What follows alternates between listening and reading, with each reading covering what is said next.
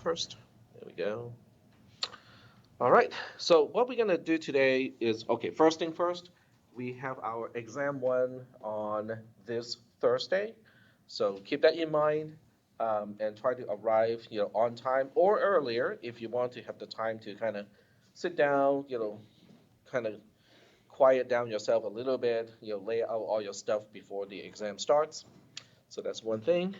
Second thing is you need to bring your own binder paper.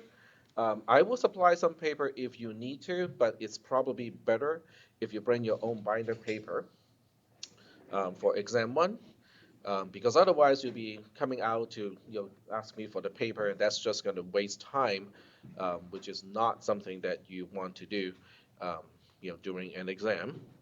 So are there any questions about the material that will be in the exam, which is up to and including binary comparison? So the overflow flag, the sign flag, the L flag, those will be in the actual scope of the exam. So are there any questions about that? No questions? All right. Okay, so if there are no questions, I'm going to move ahead with the new material. So we are still talking about the double precision floating point format, and we're going to go back to that topic. So today's emphasis is going to be shifted to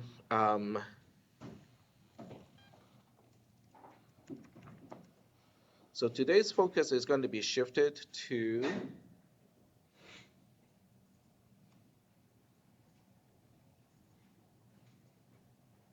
how we do the conversion from base 10 to base 2. So let me just kind of give you a problem, kind of state the problem in a certain way, and then we'll talk about that in today's lecture. And that's going to be what your lab is partially about, for today. And then you're going to have two more assignments or labs related to what we are going to do in terms of the conversion. So let me switch back to Zerno first, because I think Zerno is going to be able to show us what I need to show. All right, so we're going to put a new page at the end. There we go. And one of the reasons why I use a wireless keyboard is with a wireless keyboard I can actually write better using my tablet, so it works out better. All right, so the question is, how do we convert from base 10 representation to base 2 representation when we have numbers that we need to figure out? So I'll give you an example. Okay, so let's just say that we have okay, let me make sure I have the right color. So let's say we have negative 2.13625 times 10 to the power of, okay, I need to be careful here, 2. So now I want to say, okay, this is a base 10 scientific notation. You are given with this string of digits and the lowercase e and also the negative symbol. The question is, how do you convert this into the binary representation using a double precision floating point number format? So that's the question. That is what you need to do when you have C in, okay, for those of you who know C++, when you need to input a number, you can actually input a number into a double variable, and it will be able to look at this, okay, and understand exactly what it means in terms of the value, and be able to convert the value into the double precision floating point number format. So we are going to do this, okay? We are going to just kind of go through an exercise so that we understand how to perform this particular step. So do we understand what we are going to talk about? What is the context of this entire discussion? Questions? Okay. So we're going to do this without the use of log or exponent or anything like that. In other words, we're going to stick with comparison, division by 2, which can be done by a shift operation. I'll talk about that. Doubling, which is also doable using a shift operation. Multiplication by 10, which can be done relatively efficiently. And the worst thing we can do here is division by 10. But most modern processors can perform division really, really fast. So that should not be a big problem either. So we're trying to look for a very efficient way to do a conversion. Is that okay so far? All right. So the other thing that we, as a criteria of what we are about to do, is I want to do everything using only integer types. I do not want to use double as a type at all in the program that I'm going to write. Okay, so that seems kind of interesting, right? Because well, okay, I should take it back because it's not interesting because if I have to use a double to convert an input string into a double, that kind of defeats the whole purpose. So the process of doing this would be relying on only integer operators, and there would be no double calculations whatsoever. Is that okay? All right. So let me point out to you where in the notes we are talking about, because I think it is important for you guys to kind of keep up with reading the material. So this is where we are starting. Okay, section 4 is where we start this discussion, which is this is what we call regular expression. Okay, so this whole thing here is what we call a regular expression, and the purpose of a regular expression is to specify, you know, what what kind of string meets this requirement. In other words, it is really specifying a pattern. It's specifying a requirement, and I claim that any base 10 scientific notation using a proper mantissa should fit into this particular pattern. So we're going to segue just a little bit to talk about regular expression. So in regular expression, everything in square bracket, so you can see an open square bracket and an and square bracket here. So everything in square bracket are considered alternatives for one single character. So in this case, that means this entire thing means, well, we can have a plus or a minus symbol as the first character of the entire thing. Okay, that's just how your square bracket is. That's what it means when we look at regular expression. And then backslash equal to has a special meaning. It is not just escaping the equal symbol, which doesn't make any sense, but it is specifying whatever is prior to the backslash equal to can occur 0 or 1 time. In other words, it's saying whatever is right before is optional. So when you look at the context of the backslash equal to within this string here, it is simply saying the sign, which is plus or minus, is optional. If the sign is missing, what do you think is the default sign? Positive, exactly. So it is using the same notation that we normally use. And then next we have 1 to 9, and it is intentionally not 0 to 9, because remember, a mantissa is supposed to be normalized so that it has a value of between 1 and up to the base, but excluding the base itself. We're talking about base 10 here, so that means the first digit, the leftmost digit of the mantissa, can only be 1 to 9. It cannot be 0.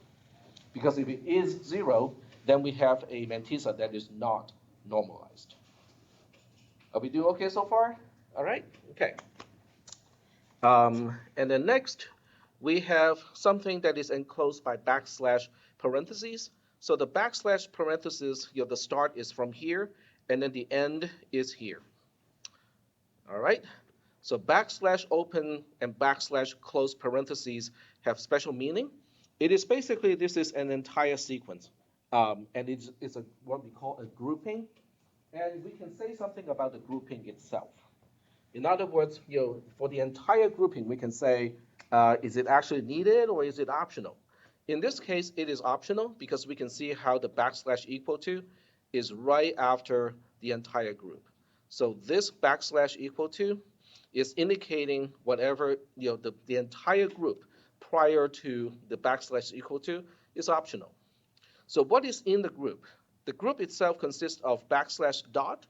Backslash dot is the escaped version of a dot, which literally just means the decimal point on the keyboard. That's all it means, okay? Because the dot by itself has a special meaning. I'm not going to get into that, but you can just say that backslash dot simply specifies the dot, the period, or the decimal point. So that one is required. And then what we do is it has to be followed by this thing here. Backslash D specifies a digit in base 10. So this time it can start with 0. So backslash D is 0 to 9, but each backslash D is only one character that is from 0 to 9. The asterisk after that specifies whatever is prior can have any number of. So it can have 0 of those, can have 1 of those, can have 20 of those. It doesn't matter. It just simply says you can have any number of the thing right before the asterisk. So in this case, it is basically saying the digits from 0 to 9, we can have any number of those digits after the decimal point. Oh, okay. I just clicked something, and let me go back here. Okay, so that entire group here, okay, so if you look at this whole thing, including the backslash equal to, it is saying that, in addition to the first digit being 1 to 9, you can also have point and then any number of base 10 digits. That's basically what it's saying. So in the case of 3.14, the 0.14 is corresponding to the group that I'm highlighting here. And then we have another group. So this other group here is starting with this backslash open paren and this backslash close paren. So that is the group that basically says the E notation is also optional. We know it is optional because the entire group is followed by another backslash equal to. So the E group, or if you specify the exponent of 10, it starts with a lowercase e, that is literal, and then it has an optional sign, because we see this at the beginning of the entire pattern already. Square bracket means any character within the bracket group is fine, and then the backslash equal to means it is optional. So we have optional sign followed by backslash d, but this time we have a backslash plus. So backslash plus is basically saying whatever is prior to the backslash plus, we need at least one. Okay, that's basically what it's saying. Okay, whatever is prior to the backslash plus, we need at least one, as opposed to asterisk that says any number of. So that's the entire thing that describes, a normalized scientific notation where we have a mantissa that is guaranteed to be between 1 and 9.99999. It can potentially have a component that specifies what power of 10 do we multiply that to, which is this entire portion here. So let me ask, do we have any questions at this point about the format of a base 10 scientific notation? No questions? Okay. So how many people feel comfortable writing a parser to basically take this entire thing and just kind of do a validation and say, okay, I think this is a base 10 scientific number, or this is not? Are you guys comfortable with that type of processing? After CISP360? In other words, if I give you, something, let me switch back to Zerno. So if I give you a string, okay, in C, and it is 2.9 times 10 to the power of, let's see, I think it's 8. Yep, I think it's 8. This is the light of speed, or approximation of the speed of light in meters per second. So if I give you something like this, can you double check that it is or is not a proper scientific notation? Okay. Well, the bad thing is you don't get to do this because I've done it already. The good thing is you can use my code in your program, for this kind of processing. Yes. Is it getting passed in as a string? Huh? Are we getting it as a string, or? You are getting it as a string, or the program is getting it as a string, but I have a subroutine to process that already into the component. So you don't actually have to do the string processing. I have done that part for you already.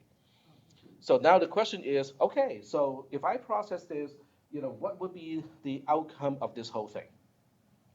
Remember what I said earlier, I do not want to use double at all. So right away we have a little problem because the mantissa is 2.9. How do you represent 2.9 without using a double or float? So I got a way to do it, okay? So the way this is done is I will give you a structure, okay? So the structure has a few components. So first of all, it has a component of sign, The sign in this case obviously is going to be a 0 because the value being represented is not negative. And then what we'll do is it will also have a way to represent, in the program I call that the mantissa, but it's actually a misnomer because it really is not a it's not a mantissa. But for now, we're just going to say that, okay, this is the thing that is where the mantissa normally would represent. In this case, it's going to be 29. I did not miss a dot here. It really is 29 because 29 is an integer. Okay? So now people are going to say, but you're going to miss that point. I mean, 29 is not 2.9. This is wrong. Well, I have a way to fix that. So exp10 is the exponent of 10. So according to the string itself, it is supposed to be 8. However, because I am using 29 instead of 2.9 as quote unquote the mantissa, so now I can just say, well, 29 is 10 times what it is supposed to be. So I need to compensate by decreasing the exponent of 10 by 1. So that means, instead of having 8 as my exponent of 10, I'm just going to say, it's okay. I can fix that. Make it 7. So let me just state the entire thing. So this is basically saying 2.9 times 10 to the power of 8 is really the same thing as 29 times 10 to the power of 7. Is that correct? Does anyone want to check the math? Yep. Well, the math's correct, but the representation isn't. The representation is not, but that makes it possible for me to process the entire thing without the use of double within the entire program. Okay? So that's one.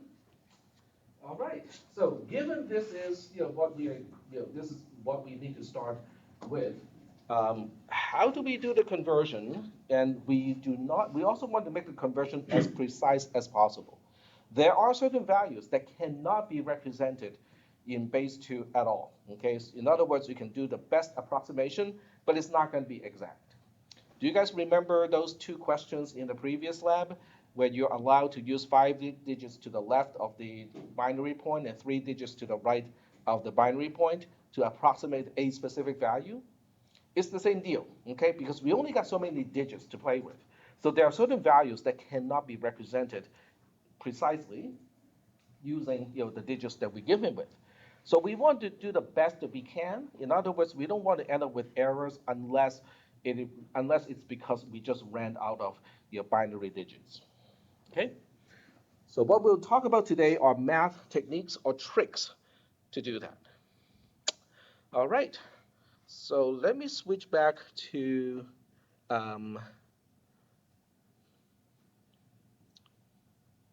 Canvas, and I'm going to take a quick peek at the next lab. So the next lab is not the one today. The lab for today is floating point 2, but the first one is negative exponent. Okay. In other words, what if the exponent of 10 is actually negative? What do we do in that case? Okay. So let's go ahead and let me just kind of give you an example, and then we'll go ahead and figure out how we can do that. And we're going to pick a value that is really, really small, to the point where you go like, okay, how do we do this? So we'll go ahead and start with, let's say, negative 3.147 times 10 to the power of negative, oh, let's make it negative 30. That's actually not too bad. I mean, it's a really, really small value in terms of the absolute value, but it's not really nearly as small as a double can go. A double can go a lot more than this. Okay, a lot further down. Okay, so this is the value that we want to represent. The question is, how are we going to convert this? So what I want you guys to kind of keep in your mind is the value that is being represented using the structure is always the same. We are just making minute little changes here and there so that we eventually get rid of the power of 10 and we only have the power of 2 remaining. When I said you're getting rid of the power of 10, I simply mean it becomes 0. Okay? Okay, so let me just rewrite this entire thing. Okay, so we can rewrite this entire thing as negative. So the sign is not important. I'm going to toss the sign away because the sign is represented by one single bit. So I'm just going to be focusing on the absolute value that I need to represent because the sign is really just one single bit. It is bit 63 that is responsible to indicate whether the value is negative or not. So I'm not too concerned about that. That is the easiest part of the entire thing. So I'm just focusing on 3.147 times 10 to the power of negative 30. So let me just write it out using the more mathematical notation, which is 3.147 times 10 to the power of negative 30. Okay? But you know what? I'm going to change this one more time so that I can focus on the 3.147 is no longer 3.147, but instead it is 3,147. So now we rewrite this as 3,147, which is stored in an unsigned integer as a field within the structure. And then we have this multiplied by 10 to the power of, what exponent would that be? It originally was negative 30, and now it would be what?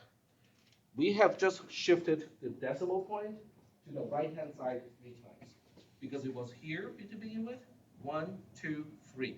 We shifted the decimal point exactly 3 times, and every single time we shift the decimal point to the right-hand side by 1, that quantity is multiplied by 10. So we need to compensate by decreasing the exponent of 10 by 1. So that means the new exponent of 10 is going to be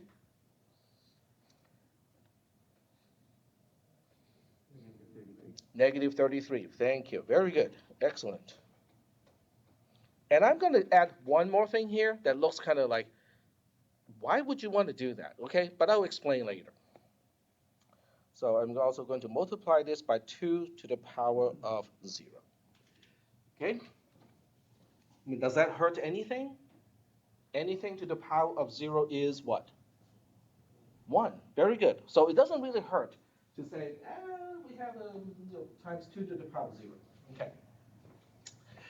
All right, so the first thing we need to do is to look at this and go like, well, that shouldn't be too hard because the objective, okay, let me show you what the end goal is. Okay, so the end goal, I'm going to erase this part here because I just want to illustrate, what is the eventual thing.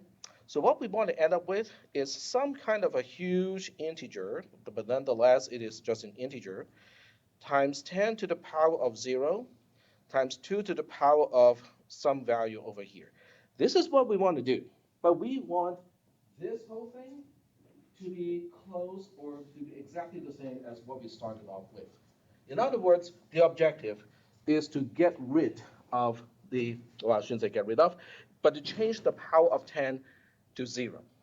But we are free to change the integer value that we multiply to the entire thing, and we are also free to change the exponent of 2. There's one more thing.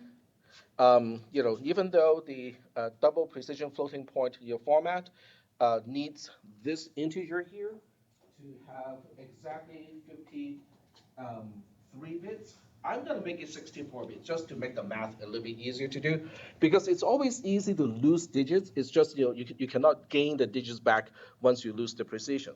So we are just going to say, yeah, we can do this as a 64-bit unsigned. Okay, and we're going to use up every single bit here too. So that's going to be a huge number, right? But it's okay because we can play with the power of 2. So combining this part and this part here, I have a lot of latitude as to what kind of value I can represent. So are we good so far in terms of what is the objective that we are trying to accomplish? We're going to make what we see as the mantissa, which is 3,447, to use up all 64 bits of a 64-bit unsigned, and we're going to make the power of 10 or the exponent of 10 to go to 0. But the power of 2 can be anything, okay? Because we can use that to compensate for all the other changes that we have made in order for the equality to hold. In other words, we want this number here, let me just use a different color. We want this number and this number to be the same, or as close as possible. That would be the objective. Are we good so far? So this is all math, right? But because computer science really is math, it is just math applied in a certain way so that we can have machines to do the calculations for us. All right. So what are you going to do? I mean, you have to basically increase the power of 10 to um, to zero because it's negative 33 right now. So you kind of have to bump it up. And somebody is going to say, "Oh, that's easy, Tack," because every time we increase um, the power of 10 by 1, we have to divide the what we know as the mantissa by 10. So that way, but you can only go so far, right? In other words, okay, let me copy and paste this to a new page because I think that will help us kind of focus on what we need to do. Okay, so Control C and then new page after, and then the paste. Up, paste it at the beginning. I don't know why. There we go. All right, so the first thing we do is go like, okay, if the objective is really just to increase the power of 10, the exponent of 10 to 0, um, you might not want to copy this because this is not the way to do it. Because we can now say, well, we can do something like this, right?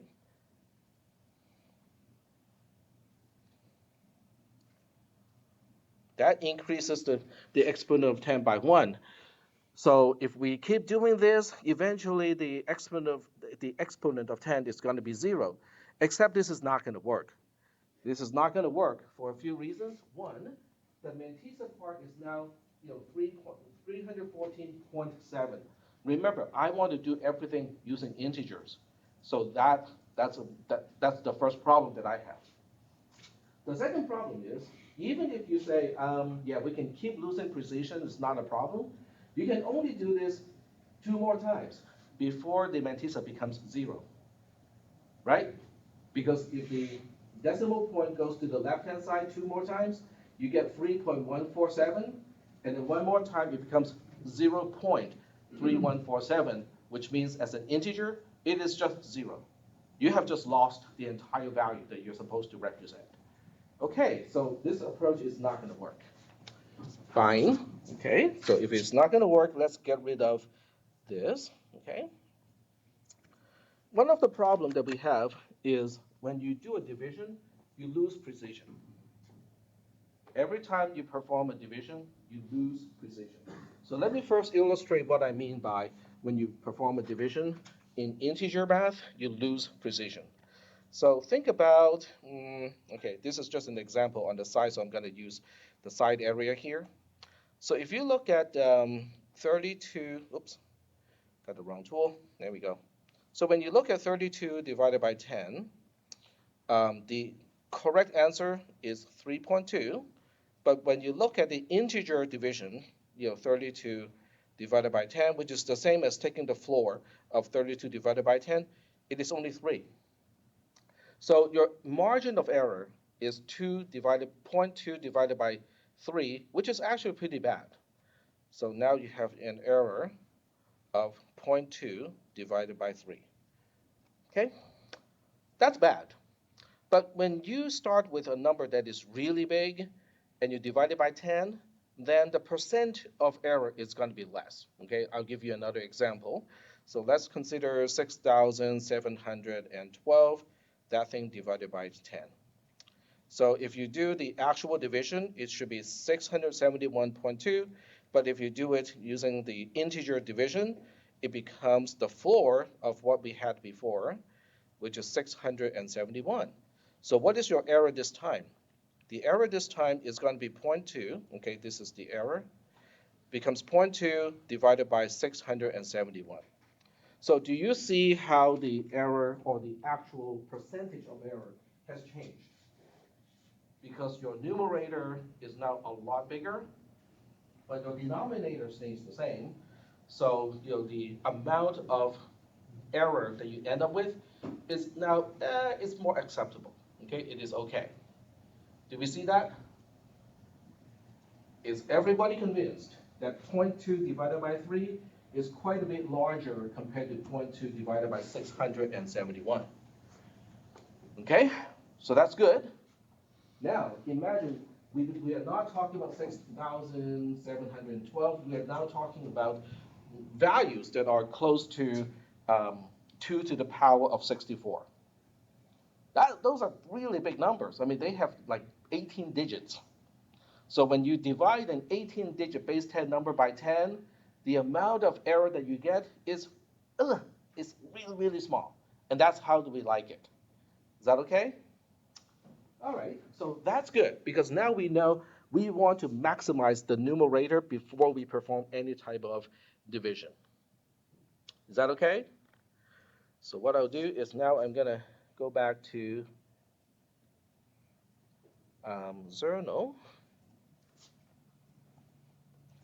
and basically say, maximize 3,147 to 2 to the power of p times 3,147 such that it still fits a 64-bit unsigned integer. Okay, so that's the first thing we need to do is to find out, okay, so how do we maximize the integer before we divide it? Now, why do we want to multiply 3,147 by some power of 2? Because we have this exponent of 2 that we can specify. So whatever the multiplier is, I can easily compensate it by changing the power of 2. Is that okay? All right? Okay, so how do you find p? And remember I said no log calculation, because I want to avoid the use of double calculation altogether. So how do we do this? Well, you don't really have there are no really smart way to do this. You really just have to double it, compare, double it, compare, double it, compare, and so on, and see when it is going to be a value that is actually going to work. The question is how do you when to stop?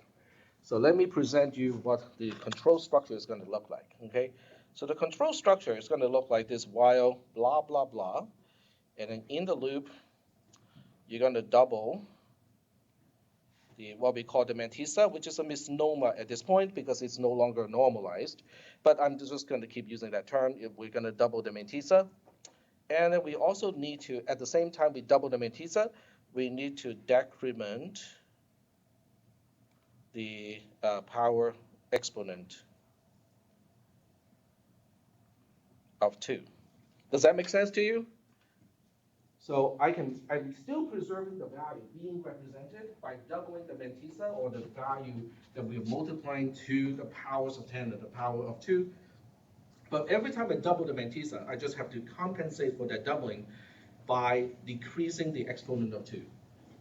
Is it okay for the exponent of 2 to go below 0? Absolutely. As long as it is an integer, we are still fine. Is that okay?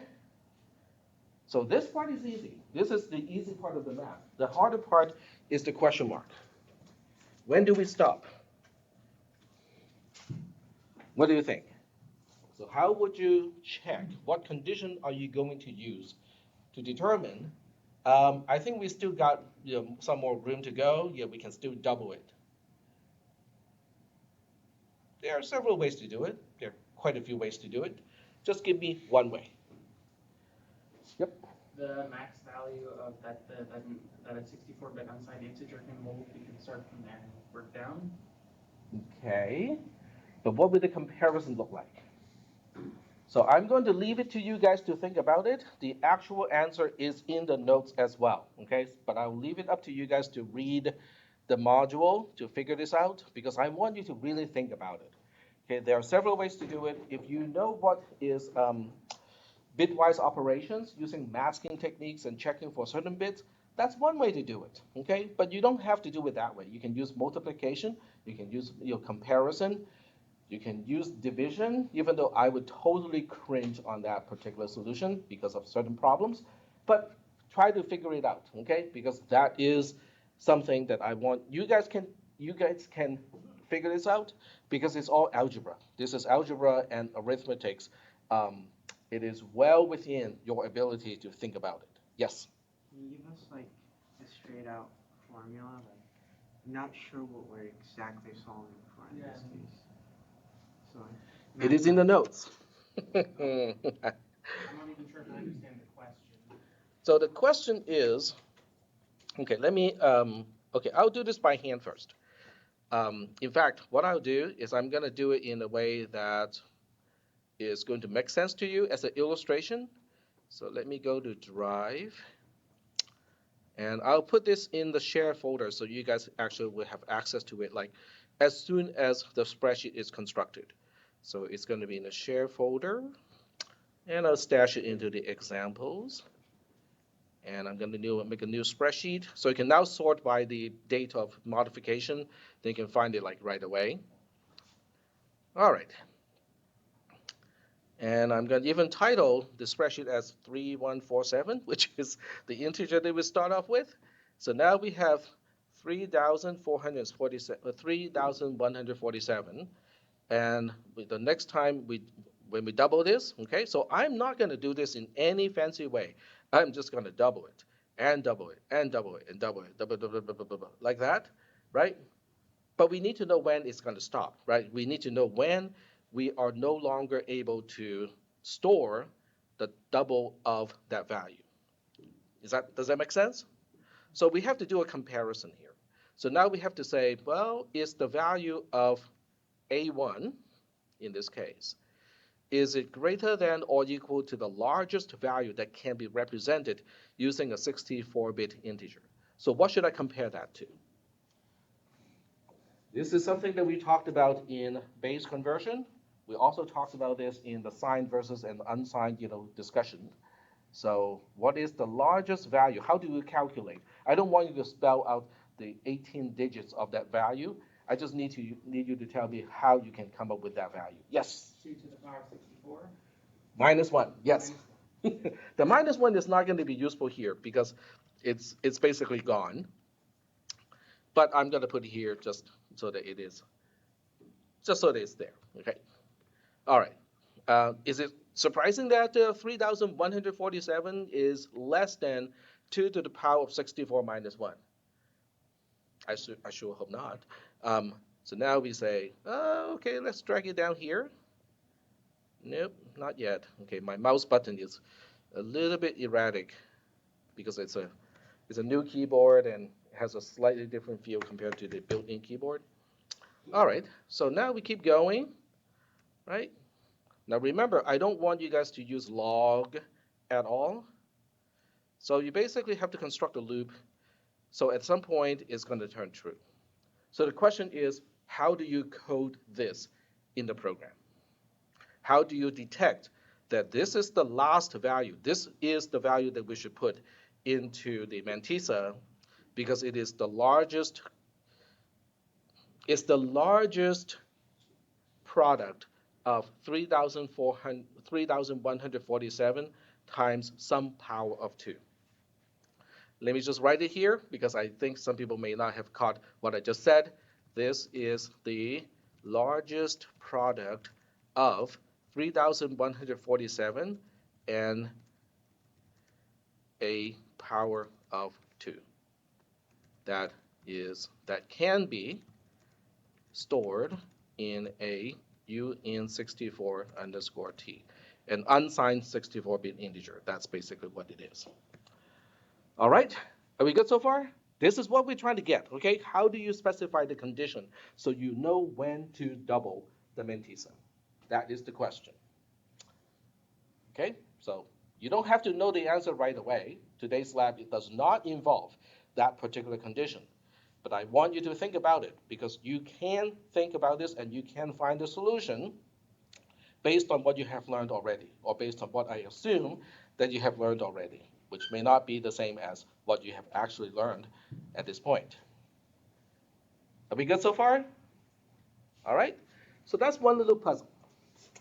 There's another puzzle. There's another problem that we have to deal with. No matter how big this value is, every time you divide it by 10, you're going to have an error. Okay, that error may be very, very small, but there is an error. The question is, in which direction is that error? So let me illustrate what I mean by that. So I'm gonna switch back to Zernal. See how 3 is less than what it's supposed to be, which is 3.2, and even as the numerator gets larger, um, this is what we want because this is the exact value of 6,712 divided by 10. But this is the result of integer division. We are still losing something. We're still losing that 0.2. So every single time you perform an integer division, your error is always going to be on the negative side. The result is always less than what it's supposed to be. Well, sometimes equal to, very occasionally it is equal to, but most of the time it is less than what it is supposed to be. Does that make sense to you? And it has to do with the use of the floor symbol, because the floor means the largest integer that is the most important part is less than or equal to whatever it's supposed to be. So every single time you apply the floor operation, you are going to end up with a value that is always less than or equal to whatever it's supposed to be. So if you keep repeating doing this, then you end up with an error. The first error is just going to be a smidgen smidgen over on the left hand side, but because every single error is going to be on the left hand side, meaning the value is smaller than what it's supposed to be, eventually you end up with a much larger error because all the errors will accumulate in the same direction, which is not good. So we need to do rounding instead of flooring. Okay. So we need rounding instead of flooring. And then someone is going to point out and go like, oh, that's easy, Tack. Round is part of the math library. That it is. But remember what I said earlier. I do not want anyone to use the math library at all. So now the question is, how do you do rounding without using the math library? What do you think? We can use integer division, but what do we do with integer division so it has the same effect as rounding, but without using rounding? Without using the round function, I should say. So we are accomplishing the rounding effect, but without using the rounding function. Yes? You subtract the error? You cannot subtract the error because the error itself is a float or is a double. And you're not supposed to use double either. Yes, yes, I got both of your hands tied. Yes. But you still have your legs. You can still move your neck.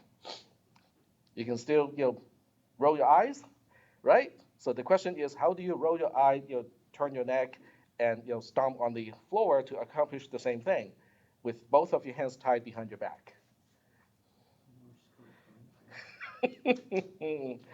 This is Tack playing, Houdini with programming or math. Okay, I'll let you guys think about this a little bit because it really is it's a simple solution. For those of you who read ahead, in terms of the notes, you're gonna go like, yeah, that's really boring because you already mentioned that in the notes. So from the lack of faces that are completely bored because you already know the answer, I'm gonna assume very few people actually read the notes in this class. All right, so I'm going to start with something. So let's start with some observations here. Because I don't want to just give you the answer. I want to show you how this is reasoned out. And before we do that, let's take row, okay? Because I want to get that out of the way before we continue. So let's go ahead and take row. I get it all set up, and it's a slightly different format compared to before. Today is the 27th. There we go. All right, so this is, I think it's an easier way, but you guys can disagree. I show you the key. That's the key right here. Okay, the access code is float. And then I'll give you, I'll give you 10 minutes to do it. I'll give you until 10 a.m. That should be plenty of time. All right, so if you do not have anything to sign in, just kind of write down the value of float, and then I will say save and publish. You guys can now do it. There's no word in the question itself. The question itself is only going to ask, are you present in class, true or false? Anyone who answers false is going to have a point deducted instead of a 0. I mean, why would you want to say false when you're actually in class, right? So, could we bring a calculator to the exam, or? You might have missed a few lectures by that question.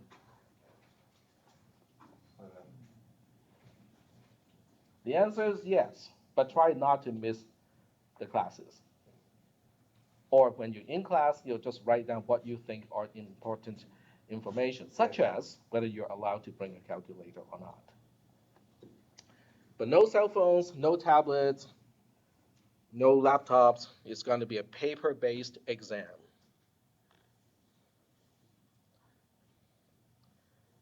All right. Let me check the Zoom channel and see whether that person is doing okay. Yes, I'm here. Nope, no questions over there. Okay. Very good. So, does anyone need more time to enter float as the access code? No. Okay. Yeah, this is great because if you put in a typo, like if you type WFLOOT, it's just gonna not take it, and you can type it again instead of people telling me, oh, I typed in the wrong word and it's not counting me as being present, and then I have to go in and make some changes. All right, so continuing with what we talked about earlier. And right there. Okay. All right, so observation. Right. So we want to look at rounding, okay? So this is the actual round function. The round of 10.2 is what? How do you round 10.2 as a value into the closest integer? What is the closest integer to 10.2? Down gets forward. So 10. it would be 10 in this case. Yep, very good. And what would be the round value of 7.51? 8. 8. Yep. Okay.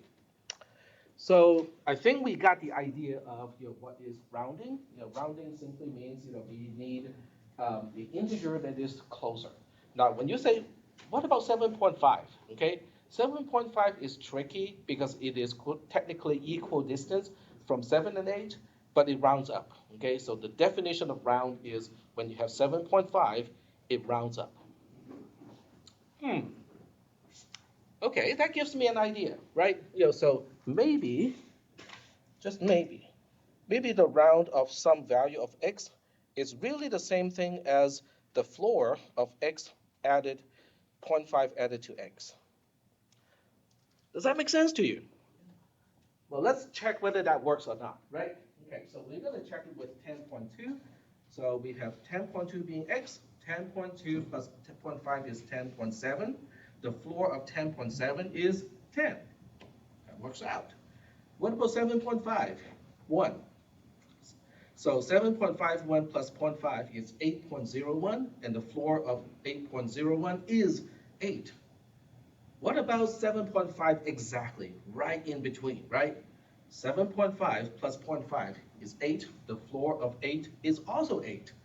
Wow, that works out just fine. But then some of you are going to say, but Tech, this is not going to work because we need to represent 0.5, and we are not allowed to use double nor float within this entire program. That is correct. However, every single time you need round, you're not going to give in with a value of x because x is always going to be the division of something. Okay, in this case, it's going to be division by 10. Yeah, so it's going to be division by 10. So we are always looking at something like this. Okay, we are rounding the result of x divided by 10. Okay, so what can we do now? Well, it becomes the floor of x divided by 10 plus 0.5, right? And I'm assuming all of you know algebra well enough so that you can now say, okay, would that be the same? 0.5 is, can we rewrite 0.5 as 5 divided by 10? Sure, right? I mean, that's a pretty easy one. Now that we have a common denominator, we can now combine the numerators. So now we have x plus 5, the whole thing, divided by 10, and take the floor of that. I think we just solved the problem because the division followed by a floor is simply integer division.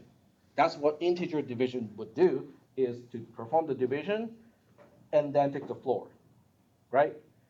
So that means the division and the floor is taken care of. And what about the plus 5? Do you think we can do that in using integer arithmetic only? Yeah.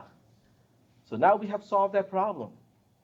We took care of the rounding problem without using rounding as a function. As I said, nothing is super difficult here. This is all math. Once you understand, arithmetics and algebra, I mean, it's mostly just that. Are we good so far? So now we took care of quite a few problems, right? Okay, so what is that going to add up? Okay, how do we apply all of this stuff here? So the idea is, okay, let me go back to the earlier part. So the idea is, okay, wait, there we go. So the idea is we want to make the numerator as large as possible by multiplying, in this case, in this example, 3,147 by a power of 2 so that it barely fits within a 64-bit unsigned integer. And then after that, we say, I think we are ready to do something about the 10 to the power of negative 3, because now we can divide the mantissa by 10 and then increase the power of 10 by 1. So it becomes negative 32. Does that make sense? Okay? But then you're going to say, but then the mantissa is not going to be the largest value that will fit within 64 bits. It's okay. Keep multiplying that by 2 again and again until it is once again the largest value you can fit into an unsigned 64-bit integer. And then you divide that mantissa by 10 again, increment the power of 10 by 1, and then repeat to do this whole thing over and over again until the power of 10 becomes 0. Does that make sense?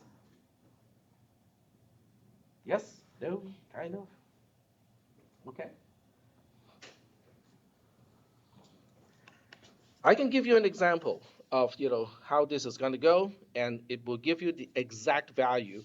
But I have to change the problem a little bit. Instead of using a 64-bit integer, I can only use a 32-bit integer here. But the basic idea is still the same. Okay, would that be okay? I mean, do you guys? Okay, all right. So I'm going to go back to the spreadsheet. I'm a big fan of spreadsheets. They're really, really useful. There is a competition organized by Microsoft. I think it's kind of like a programming contest, but using Excel as a spreadsheet. Yeah, that's kind of weird. All right, so instead of using 64-bit, I'm going to use 32-bit, which means in this case, all I have to do is to change the 64 to 32 and then change the rest to use the same. There are better ways to do this, but I'm too lazy to do that. All right, so it happens a lot earlier. So right here, we have this value being the largest product between 3,147 and a power of 2. That is the largest thing that will still fit within 32 bits. So what do? We say we divide it by 10. Well, wait, we are not going to do that. We're going to say we'll take the floor of this value plus 5 and the whole thing divided by 10. I'm basically emulating integer division. Okay, so divide this whole thing by 10. And that's, not surprisingly, we just lost that 1/4, okay, which is fine. But at this point, we have to increment the power of 10 by 1.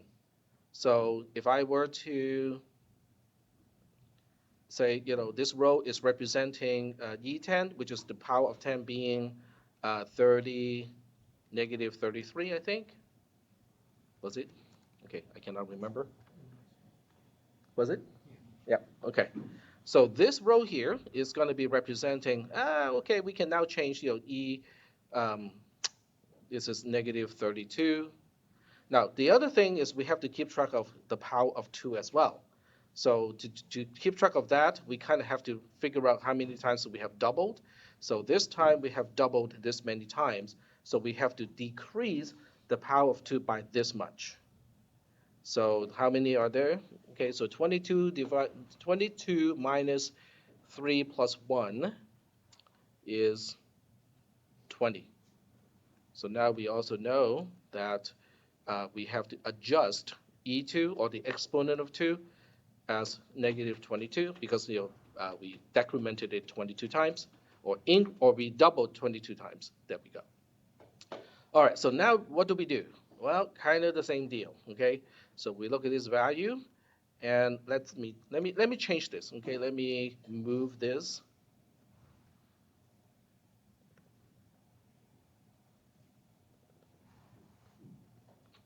Cut and paste. Stash it here.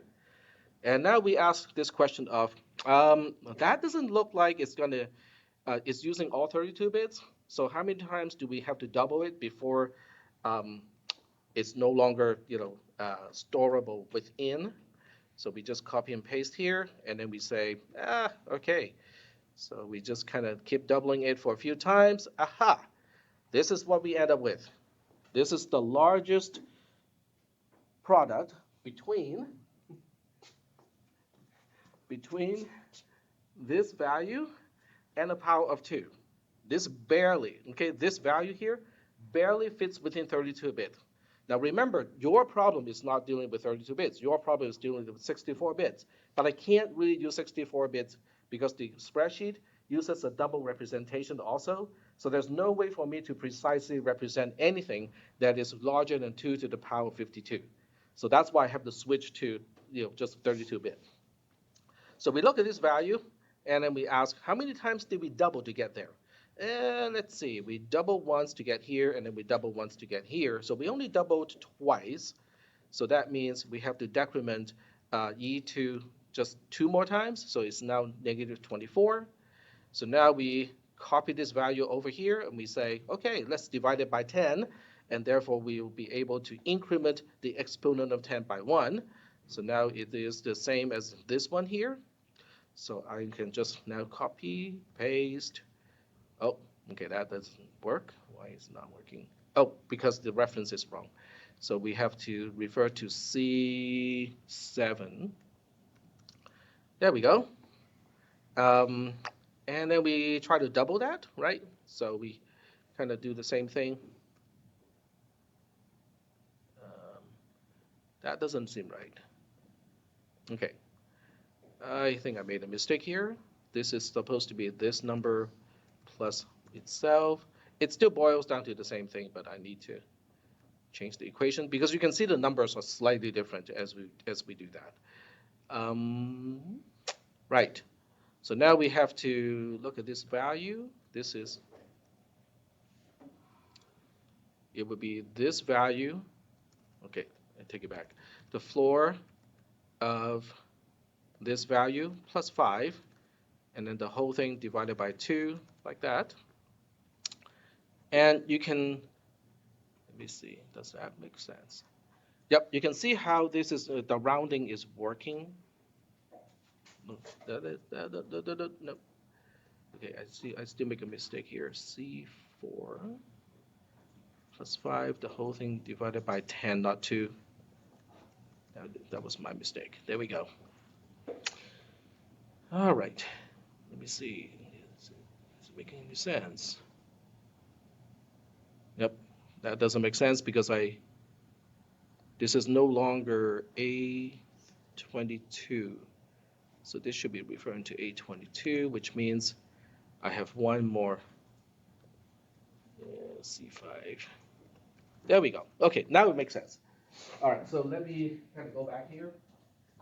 You can see how this number at A22 is the largest value that was still fit within 32 bits. We started off with 3,147. We keep doubling until it gets to what we have on row 22. That is the largest value that was still fit within 32 bit, which means if I double again, we're going to end up with a with problem. So that's why we divide this number by 10. But I cannot just divide it by 10. I have to do the rounding thing. And that's why when you look at the formula here, it is using A22 plus 5 divided by 10. That's how we do the rounding. And this value here, the one that I have selected at this point, is also going to be less than, it's not maximizing the use of 32 bits. So I keep doubling it. So I double it once, double it twice, double it 3 times, and now that's the largest value I can use. So when I go to this column here, E10 is now going to be negative 31. And E2 is a little bit tricky because I made a mistake earlier. So I have to do the calculation one more time just to be sure. So it's 22 divided by 3, subtract 3. So 22 minus 3 plus 1, that is still 22. But this time it would be 3 times. So it's going to be negative 25. By the time we end, it's going to be negative 25. So in here, we're going to do the same thing. We keep doubling it. So we use this cell here, which is this cell plus itself. And then we also want to double check whether it is greater than or equal to the largest value we can represent. So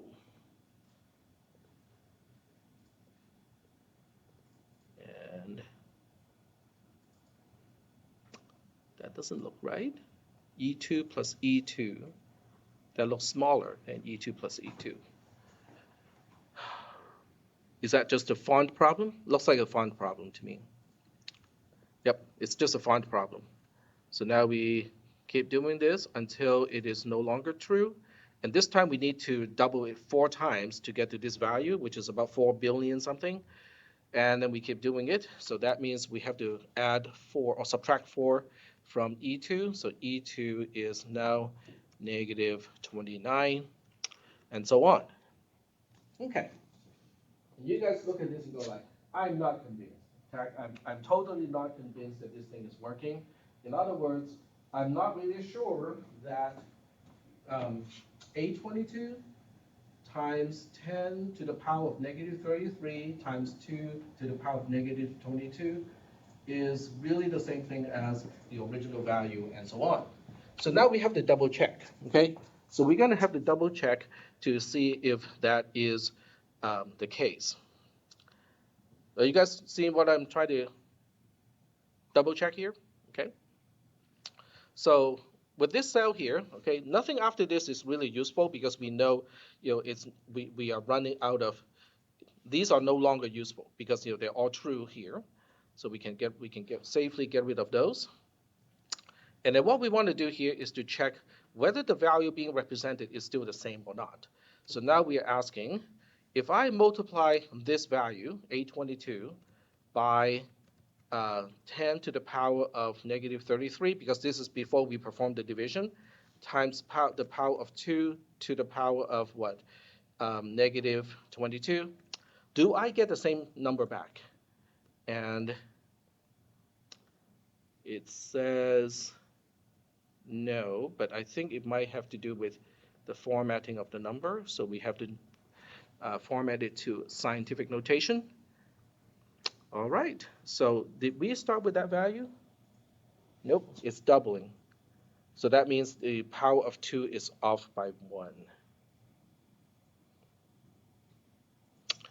All right, let's do the math here and see why it's off by 1. So this is the last power of 2. This is the first.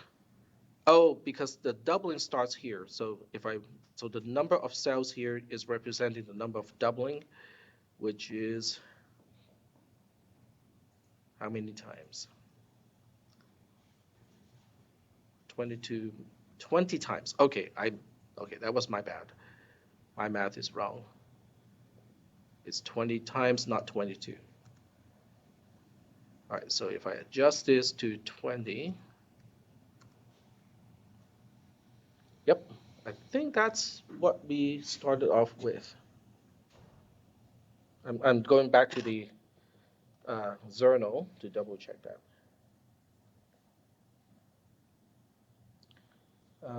It's 10 to the power of negative 3. Nope, that was it. Okay. We got this value back, except, the precision is off a little bit. That, 3.147 is now reported as a 3.15. But are we good so far in terms of seeing how we are preserving the value, even though we are doing all these adjustments? Okay.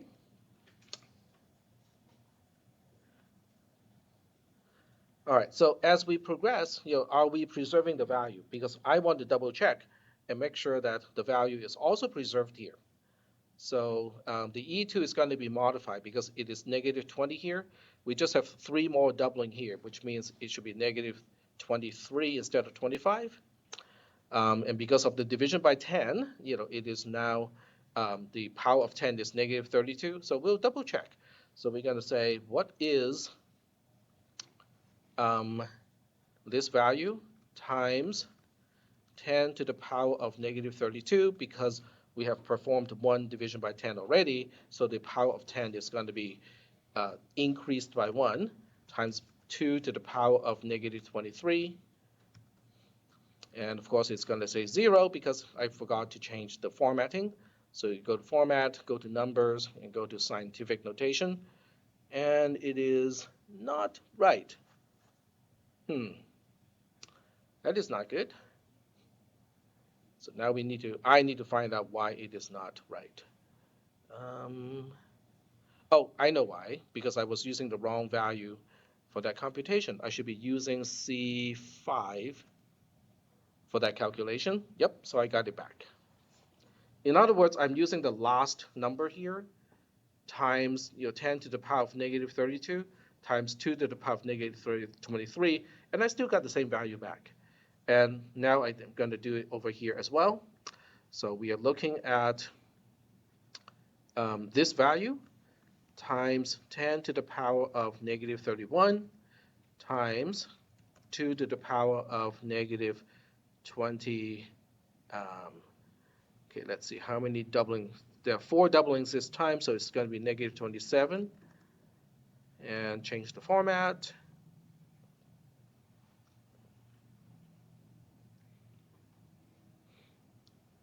To scientific. And we still got a value back. And this number is off because I was miscalculating earlier. There we go.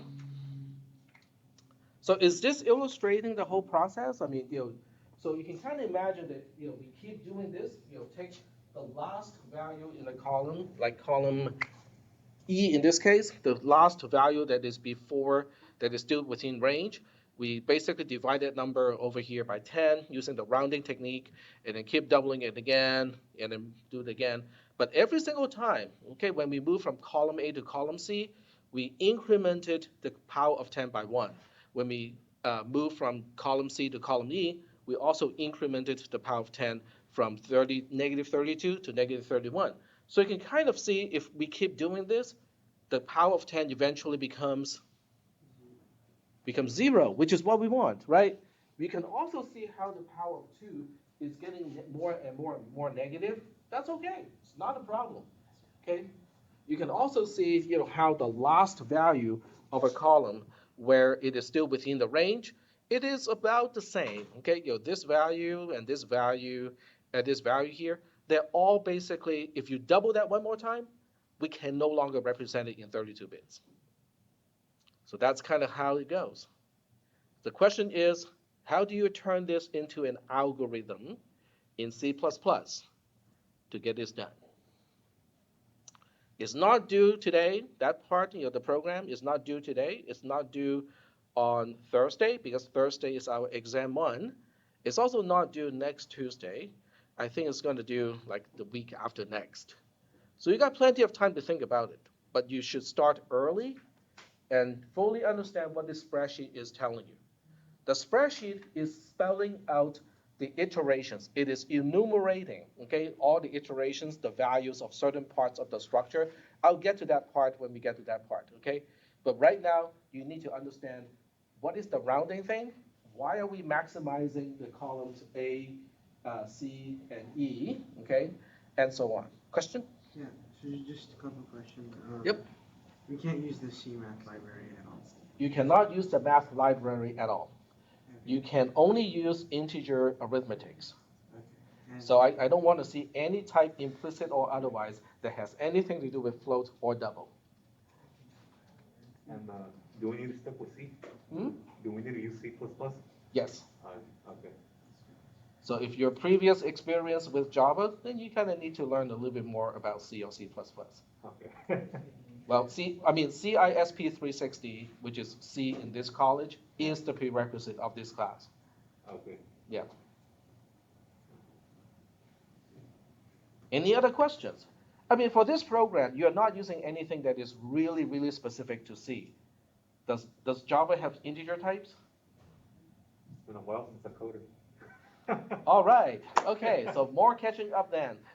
Then it probably doesn't make any difference whether you learn C++ or Java because you might as well just say, I'm starting to learn C++ now. I mean, the difference is not that much. For what we are doing here, Should be all the same. it's well, I wouldn't say it's the same, but it's very similar. Yeah. Any other questions? There has to be an easier way to do this. No? I'm just trying to think. So the easy way to do this is to make use of log, okay? Because when you use log, you can quickly get to how many, which power of 2 you need to multiply the whole thing, so you can do a division by 10. But the reason why I do it this way is because log is a very expensive operation. When your processor does not have a what we call floating point unit that can do log and power and that kind of stuff, or multiplication or division using double, um, all of those operations are super expensive for a processor that is integer only. And that's why I'm trying to avoid the use of math functions. And I guess the end goal of all of this is to get this implemented in assembly. Not quite. So in this class, we're not going to code this in assembly simply because the processor we're going to use only has 256 RAM locations. But we'll still be able to do some fun stuff. We can still implement and play with the Tau Hanoi, Fibonacci numbers, all the recursive stuff. We can still play with using only 256 bytes. And that's including programs, variables, the stack, the whole 9 yard. You'll see, it's fun. By the time we get there, which is about week 8, that is when the fun actually kicks in. This is all boring stuff for now. So you lost me somewhere around 3,147. Okay, so we still got a few minutes before the lab time starts. So let me go back and kind of tie in everything together. Okay, so we started off with, let's see, in Zernal. Okay, we started off with this value. Okay, this is the value that we want to represent, which is negative 3.147 times 10 to the power of negative 30. That is the value that we want to represent. Is that okay? So the question is, how do we convert that into the double precision floating point number format? using only integer math, integer division, integer multiplication, and so on. That's where the entire thing started. So the first thing is, how do we represent this value when everything is supposed to be integer? So the way I represent this number is, the negative part is easy because that's just a sign bit. I'm not too worried about the sign bit. So the 3.147 becomes 3,147 because I can only use integers. But the way I adjust so that this was 3.147, the other one is 3,147, is I decrease the power of 10 by 3 so that I can account for the decimal point shifting to the right-hand side 3 times. Once, twice, twice, 3 times, right? So that's why we end up with this value here. And I just put this 2 to the power of 0 because it doesn't really hurt, but it's implicitly there is a power of 2 that's always attached to this entire expression. Is that part okay? Is that okay? All right, cool. Okay, so now, and then we talked about how division is always going to lose something because when you take the floor of something, that division is always going to end up with a value that is less than what it is supposed to be. So then we talked about this part. Okay, it takes a little bit of time to refresh. So we talked about how if you maximize the numerator before you perform the division, the percentage of the error is going to be lowered. Is that okay? And then we also talked about how we have to do rounding because floor is always going to err on the negative side. In other words, the result is always going to be less than or equal to what it is supposed to be. So if you do this again and again and again, then you have a biased error, which means the end result is going to be quite a bit smaller than what it is supposed to be. So we want to do rounding. But then the problem of rounding is, first of all, the round function itself is a math function, but I told you guys not to use math functions. So that was the first problem. And then we converted that to x plus 0.5, the whole thing. So this is how we perform rounding. But 0.5 itself is also a double or float, which you cannot use. So we use some algebra here because we are always doing the round of after a division by 10 or 2. Okay, in this case, it's only 10. So we ended up with this thing here, which is x plus 5, and then having a floor right after division is really just integer division. So this becomes x plus 5, the whole thing divided by 10, as integer arithmetic. Is that part okay? All right. And then, and then we got to the spreadsheet. And then we got to the spreadsheet because we want to maximize the numerator. The reason why we want to maximize the numerator is the only thing to get rid of to increment the power of 10 is to divide the mantissa by 10. Because when you divide the quote-unquote mantissa by 10, you have to increase the exponent of 10 by 1, and that's how we gradually get rid of the quote-unquote exponent of 10. So this part here, okay, doubling, doubling, doubling, all the way down to here, is really just to find out what is the largest product between the original number, which is 3,147, and a power of 2 that will still fit within 32 bits here. It's not 64 bits because I do not have the precision to express values up to 64 bits in a spreadsheet. Is that okay? So I had to change the size of the problem a little bit just because of the type of value that can be represented here. Is that okay? No? No, I'm sorry. Because like I get the rounding function and then it went over to that. Mm-hmm. I'm not sure how to like narratively. Okay, this is the part before we divide it. This number divided by 10 is that number. The division by 10 is what allows us to change the exponent of 10 from negative 33 to negative 32. Okay. But then how did we get to that? We just kept on doubling that number. Right. Until it is the last value that still fits within 32 bits in this case.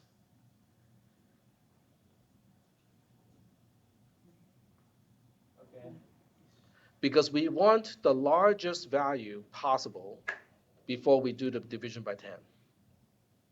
Because division by 10, even with rounding, is going to lose some precision. And we want to minimize the loss of precision.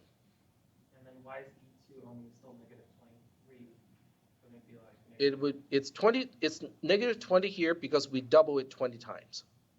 Every time you double, you have to decrease the exponent of 2 by 1 so that we are still representing exactly the same value.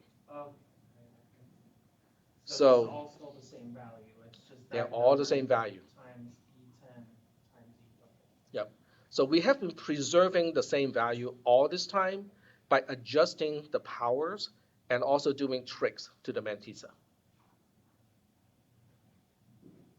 So when you look at this value, at the bottom here, and when you look at the actual equation, it is basically taking this value, which is the largest thing you can fit within 32 bits, and it is multiplying that by 10 to the power of negative 33, because this is before we perform a division by 10, and multiplying that by 2 to the power of negative 20, because we doubled 20 times. Is that okay? Yeah. All right. So now okay, undo. So now we take this value and say, okay, now we are ready to divide it by 10, because we can no longer double it, because otherwise it won't fit. So now that we are ready to do a division by 10, I performed the division by 10 over here.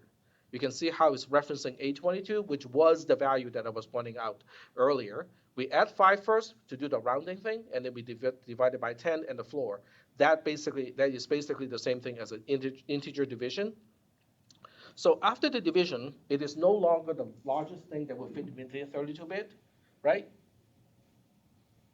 I mean, 10 is quite a bit more than 2. So if you divide a number that barely fits within 32-bit by 10, then you would have leftover bits to double it again. So that is why we double it once and twice and 3 times until it is the last or the largest value that still fits within 32-bit. So when I take this value, which is C5, and multiply that by 10 to the power of negative 32, because we divided the mantissa by 10 earlier, and then multiply that by 2 to the power of negative 23, we have to subtract 3 from the power of 2 because we doubled 3 times this time. So for each time we double, we have to subtract 1 from the power of 2. But you can see how it is still representing the same value. I think I got it. Yep. So we basically want to continue this process until the power of 10 becomes 0. Then we are done. Because then whatever is left is going to be a mantissa, which by itself is a 32-bit, in this case it's going to be a 32-bit number, multiplied by a power of 2. So then it becomes easy to convert into the floating point format.